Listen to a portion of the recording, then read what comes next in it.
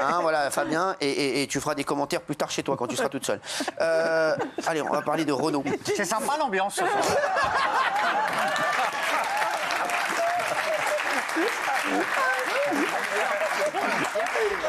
Je me régale. Alors, Renault a décidé de remonter sur scène. Oui. Eh, mais il a que 71 ans, Renault. Ouais, Sans déconner. Eh, mais c'est vrai, il est pratiquement l'âge de Daniel. Et pourtant, Daniel, je peux dire, elle sautille comme un kangourou. Il semble pas être en très bonne santé. Renault, c'est pas ouf. Il y a une image d'un duo qu'il a réalisé avec Daniel qui a particulièrement fait réagir. On regarde et vous me dites. Mais il y a l'autre image que je vous ai donnée ce matin, les vidéos que je vous ai envoyées ce matin aux équipes. Genre, on me fait chier à envoyer des vidéos, mais ils prennent pas les bonnes. Voilà, donc j'espère qu'ils l'ont prise, parce que sinon, voilà, il va chier pour regarder.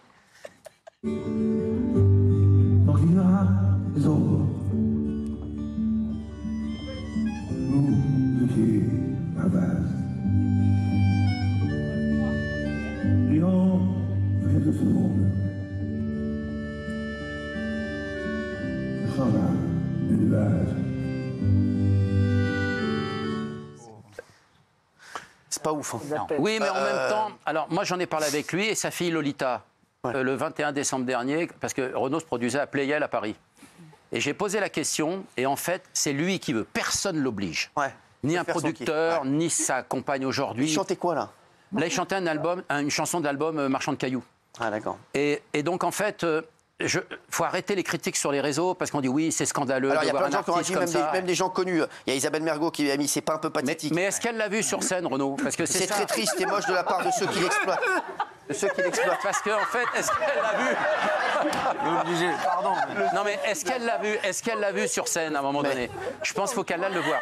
Parce qu'en fait, non mais dans les loges, et sur scène. Renaud, pourquoi il est comme ça? Il est pas vieux, il a 60 ans. Non, mais il va bien. C'est la boisson. Il a un problème de troubles vasomoteurs. C'est-à-dire, c'est des contractions des vaisseaux sanguins. Il est en rééducation, il a un orthophoniste, il a tout ça, etc. Il fait son truc. Mais en fait, lui, c'est son bonheur. Lui, il veut se produire sur scène.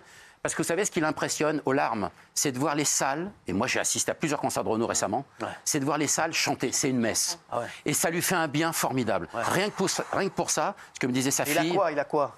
Mais on ne sait pas, il a des problèmes. Pourquoi t'es venu alors? Non, alors en fait, il est... Non mais c'est vrai, oui alors. Il a avoué sur RTL en décembre dernier que l'alcoolisme lui a causé des troubles très importants. Enfin bon voilà, il le sait. Des troubles cognitifs? Pardon? Des troubles cognitifs? Probablement, ouais. Moi aussi, je croyais qu'elle disait on va prendre à l'apéritif. Qu'est-ce qu'elle a, elle? Oui. Mais en même temps. Et donc, non, mais c'est son bonheur. Et je peux vous dire que la salle, au début, comme ça, on peut être peut-être surpris, mais à la fin, tout le monde chante. Ouais. Et comme tout est connu. C'est dur de reconnaître la chanson. Non, mais la salle chante.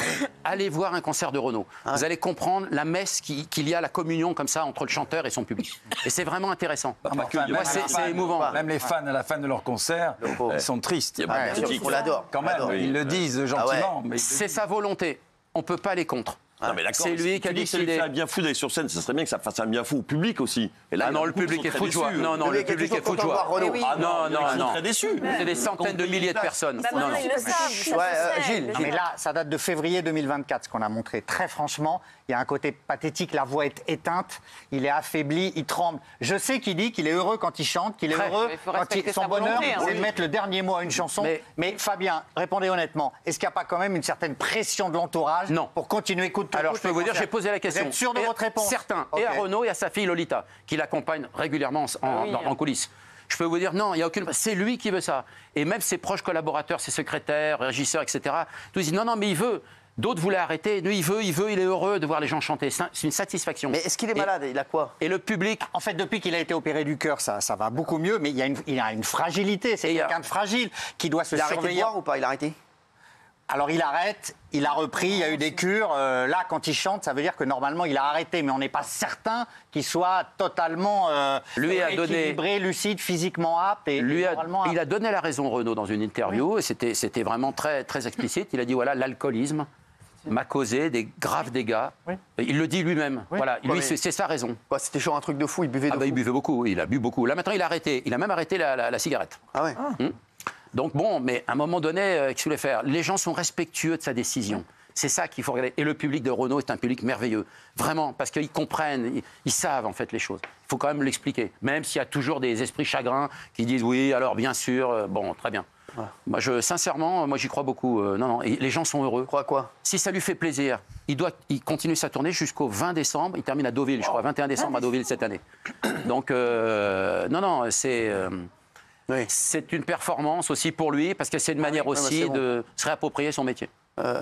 Qu'est-ce que vous voulez? Non, je voulais préciser que moi, quand je l'ai connu très peu, il était bourré tous les jours. Ah ouais? Non, Ferré, tous les jours, tout l'été. Ah ouais, comme vous, il était dans un restaurant. Il était dans un restaurant, il était dans son coin tout seul, il faisait chier personne. Il fumait et il buvait toute la journée. Putain. Mais vraiment, quand on arrivait, même quand on partait à 17h, 18h, en fin de repas, il était là en train de boire seul et il continuait. C'est vraiment triste. C'est Rimbaud-Verlaine. Refaites l'histoire, 100 ans plus tôt, ils tournaient à l'absinthe, les deux. Fous amoureux l'un de l'autre, ils tournaient à l'absinthe, on ne pouvait jamais leur parler. Rimbaud, il a bu dans quel film, le 2 ou le 3? C'était pas notre verre. Ah non, mais... La tristesse, merci. Allez, tiens, là, c'est ce qui m'intéresse, là. Danser avec les stars. Oui, chérie, oui, il y a un problème. Anthony Colette a déclaré dans un live Twitch qu'il était sûr de ne pas gagner. Ça, c'est la première info. Après, vous allez avoir l'info qui veut tout dire. Et là, je vais vous dire, là, il s'est passé un truc de fou. Les chéris, vous le savez? Oui. On va vous le dire dans un instant. Pour l'instant, regardez ce qu'a dit Anthony Colette déjà. Et après, vous allez voir ce qui s'est passé. Et là, je veux que vous ayez mené l'enquête et que vous disiez les vraies choses aux téléspectateurs. D'accord? Parce que regardez, ça, et après, je vais vous dire la vérité. C'est parti, ça, et après, la vérité. Ça, vérité, ça, vérité. Non, c'est pas Natacha et moi, on gagnera pas, je vous le dis. Hein.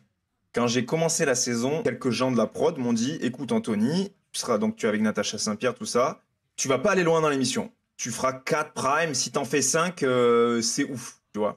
Parce que niveau de danse, elle a jamais dansé, c'est pas du tout une danseuse, et on a vu son screen, et ils m'ont dit, ça va pas du tout, quoi. Ils arrivaient pas à la faire danser, c'était compliqué.